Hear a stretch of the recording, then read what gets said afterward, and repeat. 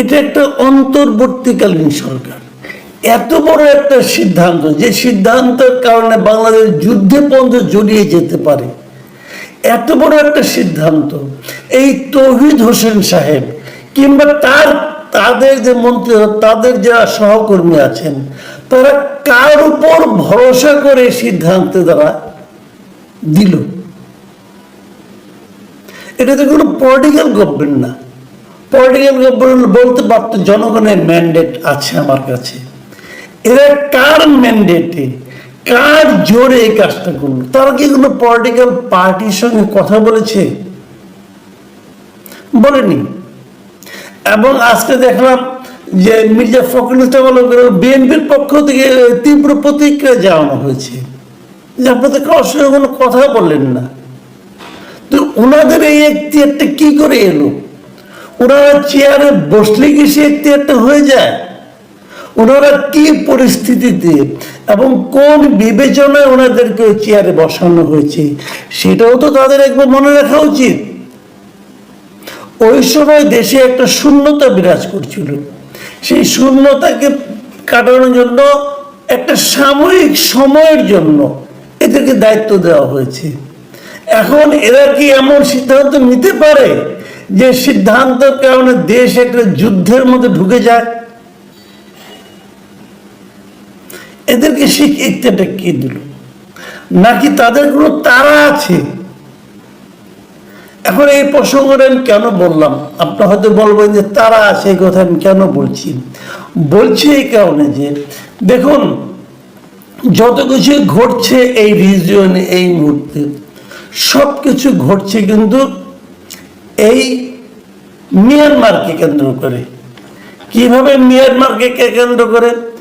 মিয়ানমারে কি হচ্ছে না হচ্ছে, মিয়ানমারে চীনের আধিপত্য, তার মধ্যে ভারতের আধিপত্য, ভারত কিভাবে মিয়ানমারে ঢুকতে যাচ্ছে, যুক্তরাষ্ট্র কিভাবে মিয়ানমারের মাধ্যমে চীনকে সাহায্য করতে চাচ্ছে, এখানে কিন্তু অনেকগুলো খেলা আছে।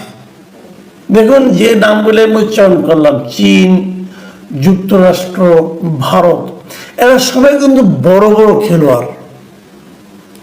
এই বড় বড় খেলোয়াড়ের পারস্পরিক যুদ্ধে, পারস্পরিক ধাক্কাধাক্কিতে আমি বাংলাদেশ, যাদের নাকি দিন আনতে পান্তা ফোরায়, আমি বাংলাদেশ কেন স্যান্ডউইচ হতে চাচ্ছি। এবং সেই স্যান্ডউইচ হওয়ার সিদ্ধান্ত আমি কেন, আমি একটা অন্তর্বর্তীকালীন সরকার যেখানে আছে, সেই অন্তর্বর্তীকালীন সরকার কেন সেই স্যান্ডউইচ হওয়ার সিদ্ধান্ত নেওয়ার মতো ঝুঁকি নিচ্ছে? এটা কিন্তু একটা বড় প্রশ্ন। এই প্রশ্নের জবাব কিন্তু আমরা পাবো না, কারণ তারা জবাব দেবে না বলে তারা হঠাৎ করে সিদ্ধান্ত নিচ্ছে। এখান থেকে আপনারা অনেক কিছু হয়তো চিন্তা করবেন, ভাববেন, আপনাদের মাথার মধ্যে কিন্তু অনেক চিন্তা আসবে যে এদেরকে তো কেউ অথরিটি দেয়নি, সে অথরিটি না পেয়ে তারা কেন এখানে যাচ্ছে?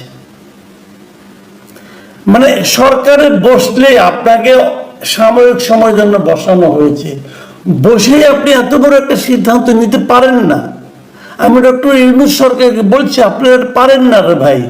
এবং এটা করে আপনারা একটা দেশকে ভয়ঙ্কর দুর্যোগের মধ্যে ঠেলে দিচ্ছেন। কিন্তু মাথায় রাখবেন, আগে সরকার প্রধান মানে শেখ হাসিনা, যাকে আমরা বলি যে সে মানে খুবই স্বৈরাচারী ছিল, অমুক ছিল, অনেক কিছু বলি আমরা, উনি কিন্তু এই ইঙ্গিতগুলো আগেই দিয়েছিলেন। এই সেন্ট মার্টিন নিয়ে, সেন্ট মার্টিন কিন্তু এখন সাধারণ মানুষের ঢোকাটাও খুব রেস্ট্রিক্টেড হয়ে গেছে। কেন রেস্ট্রিক্টেড হয়েছে, কি হচ্ছে ওখানে, অনেকে অনেক কিছু জানেন না। কিন্তু এই সময় ওই এলাকাটাকে, অস্থির এলাকাটাকে আমি কেন ওখানে ঘি ঢালছি, এই প্রশ্নগুলো কিন্তু সামনে কেন এখনই অলরেডি আসতে শুরু করেছে। আমি জানি না এই সমস্ত প্রশ্নের উত্তর এই সরকার কিভাবে দেবে, তবে আমি এটা বলবো, এই সমস্ত ব্যাপারে সবারই আওয়াজ তোলার সময় এসেছে। এবং আমি সরকারকে বলবো, আপনারা পুনর্বিবেচনা করুন, চট করে সিদ্ধান্ত দিয়েন না। আপনি রাষ্ট্রের পরের দেশে যত পলিটিক্যাল পার্টিগুলো আছে সবার সঙ্গে বসুন, সবাই মিলে যদি বলে আপনি বলতে পারবেন আপনি একটা সবার ম্যান্ডেট নিয়ে কাজটা করেছেন। একা একা সিদ্ধান্ত নিলে বিপদ বাড়তে পারে, এবং সেই বিপদ আপনি যদি ভাবেন যে না আমার যারা আছে বাইরে যারা আমাকে সাপোর্ট করছে তারা আমাকে বাঁচিয়ে দেবে, তারা কিন্তু কাউকে বাঁচায় না। এই ইতিহাস আমরা বহুবার দেখেছি। প্রিয় দর্শক, আমার মনে হয় এটা একটা সিরিয়াস বিষয়, এবং এই বিষয়টা নিয়ে সিরিয়াসলি চিন্তা করার প্রয়োজন আছে আমাদের সবার। ভালো থাকবে।